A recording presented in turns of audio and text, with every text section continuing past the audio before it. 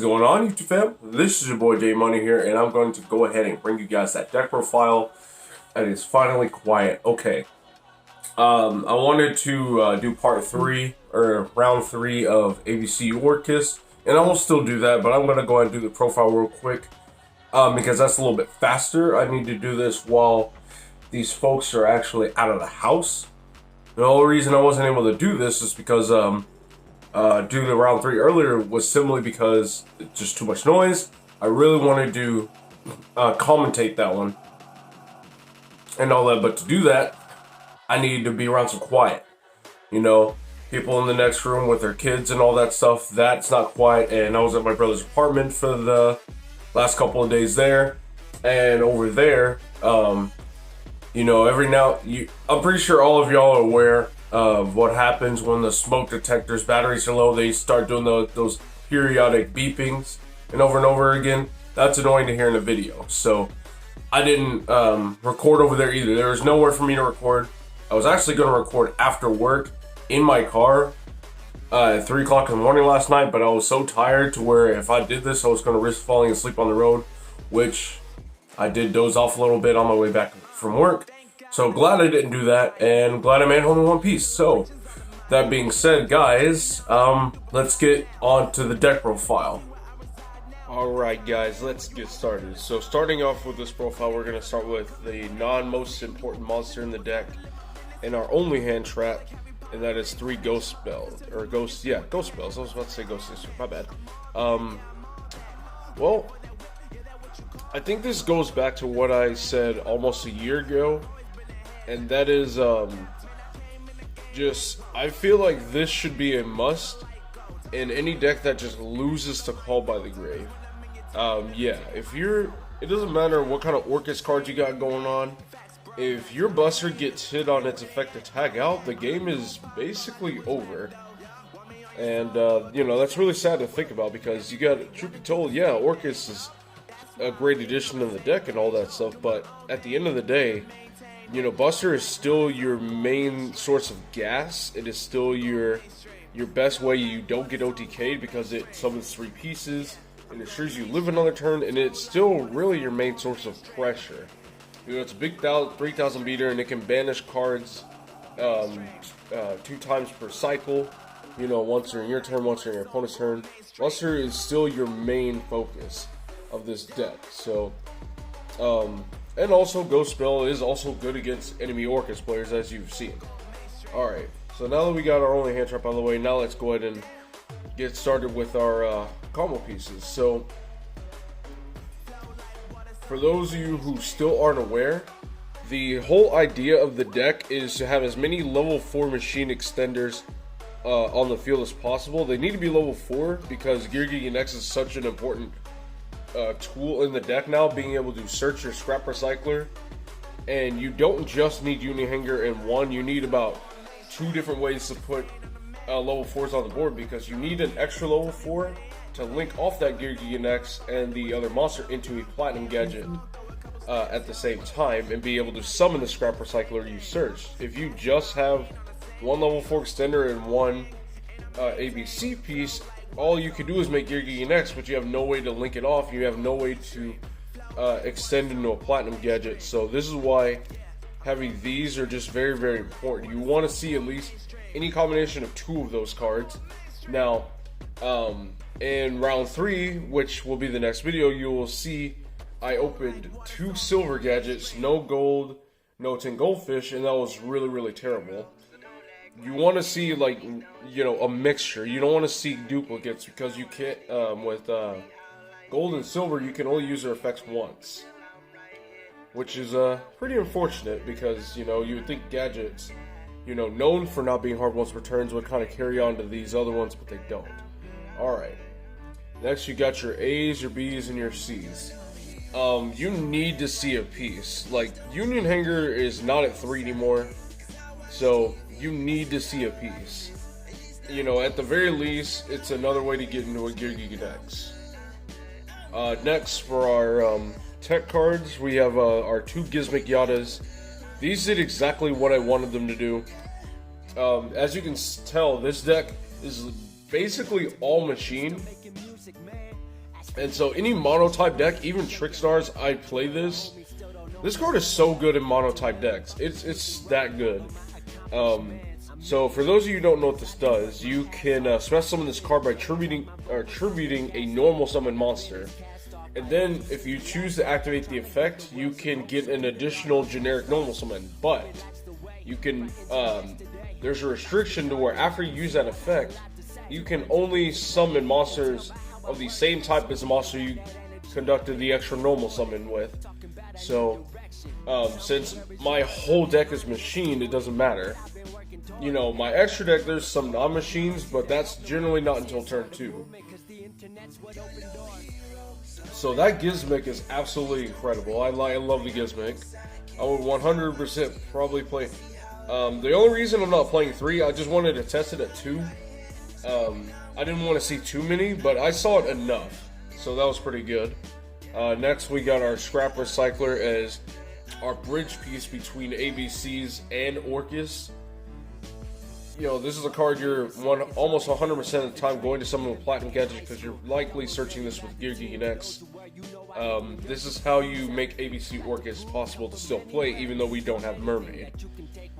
We got Harp Nightmare, Symbol, and 1 for your monsters. Babel to that doesn't round off the Orcust cards, but you know. We will just go ahead and there you go. Look at that. 6 Orcust cards in the main deck. But yeah, people would still call this an Orcust deck. Again, Buster is still your main strategy. This is just your second line of play. If you actually have the extenders to branch off into it, then go for it. Alright, that's it for the monsters, guys. Spell cards. You got your 3 copies of Union Hanger and your 1 terraforming. So we only, instead of having 6 Union Hangers, we only have 4. Sad face, I know. You know, it sucks, but and it really starts to make a difference when you start going round after round and you don't just see Hanger every single hand. So that is very unfortunate, but what can we do about it at the end of the day? Called buys, you gotta play them. You need to resolve your Gigi next. You don't want your B getting hit either, but generally you can chain block the B. You can normal summon B and reveal Gizmic, you know, and still get your Buster off that way. That's also pretty cool. Nice little interaction there. And last of the spells, we have 3 enemy controllers. This, for those of you who've been OGs of my channel, know that, like, ever since the start of Master Rule 4, this card and ABCs has just been really, really incredible.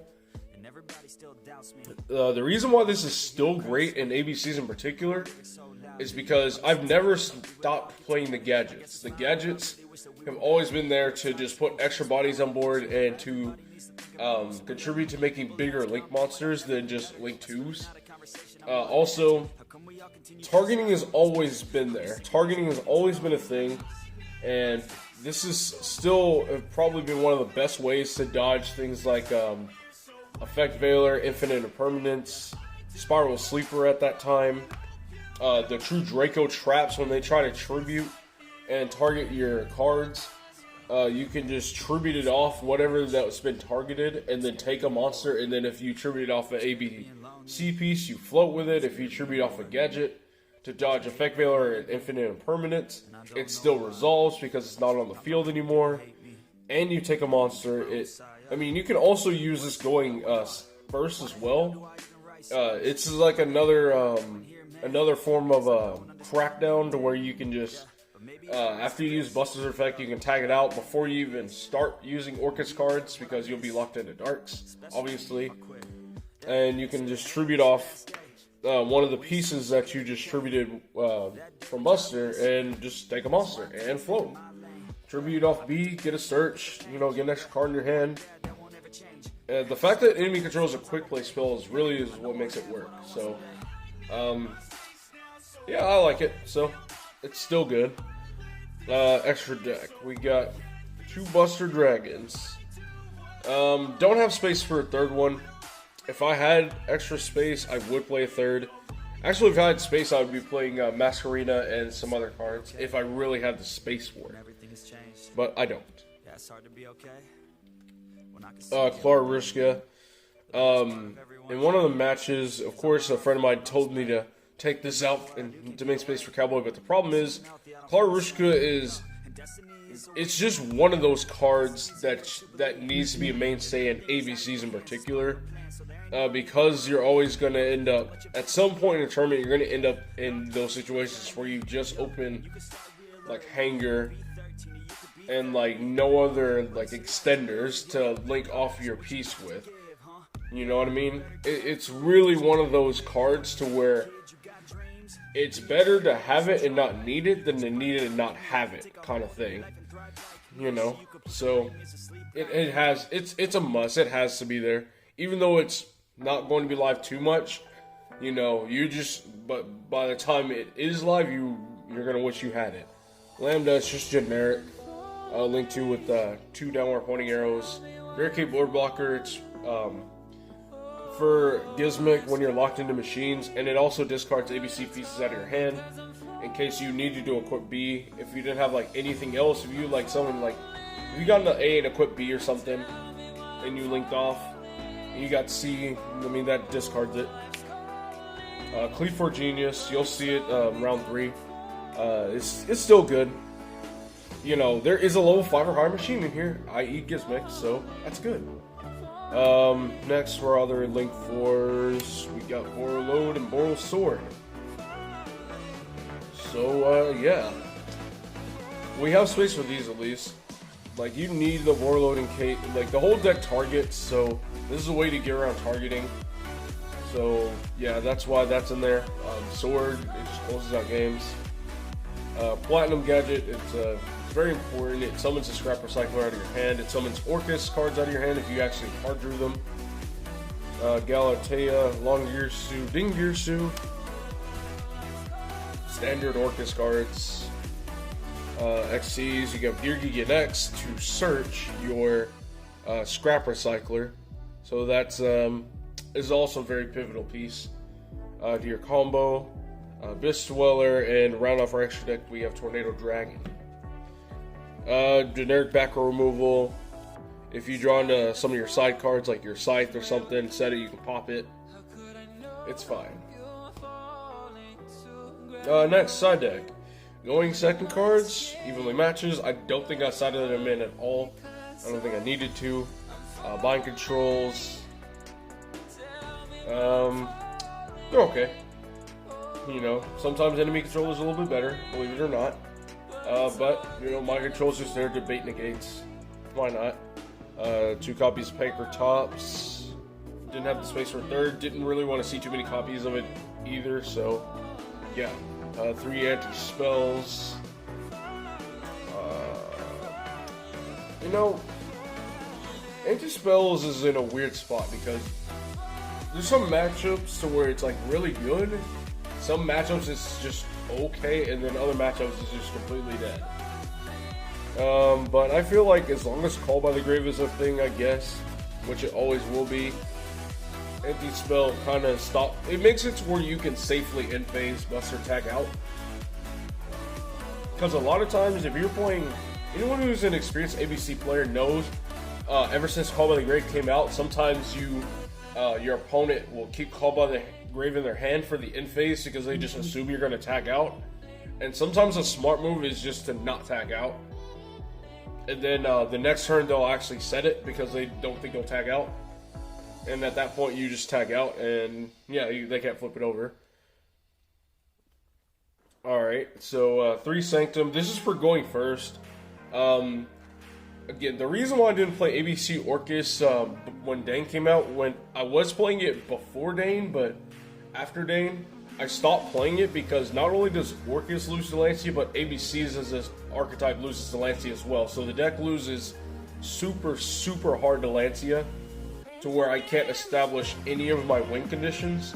So you need the Sanctums to make sure if you do get hit with Lancea that you can essentially basically force your opponent to pass their turn as well, like they force you to pass turn, because you can't do anything.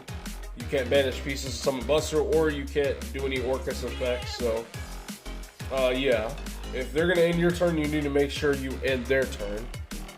So that's how that works. And 2 Lanciers because we have a 15 card side deck and we don't have space for a card. Yeah. I feel like if you're siding cards, you need to side at least 2 copies of a card. The only exception to that, to siding like 1 of a card, is if it's searchable, or if it's an extra deck monster, or if it's a card like this, where it's like the brick that you don't want to open, but you need it in tandem with another card. That's the only exception. So that's it for the deck profile, guys. Alright guys, I really hope you guys enjoyed that deck profile. Let me know what your guys' thoughts and comments are down in the comments below. Again, just to recap how ABC Orcust really works. What you want to do is open multiple level 4 machine extenders with your hanger. You know, make your Gear Geek and X alongside of another machine. Search your scrap recycler. Link the Gear Geek and X on the extra machine into a platinum gadget. Summon the scrap recycler. Send an Orcust card. Make Buster first, then make Orcust combo. That's essentially how the deck functions and all that. I think you guys seen that round 2. Not at all sure. So anyway, leave your thoughts regarding the deck. Is there anything you would have added? Is there anything that you wouldn't have played? You know, and why? Leave the thoughts down in the comments below. And with that being said, guys, thank you so much for watching. This is J Money, and I am signing out.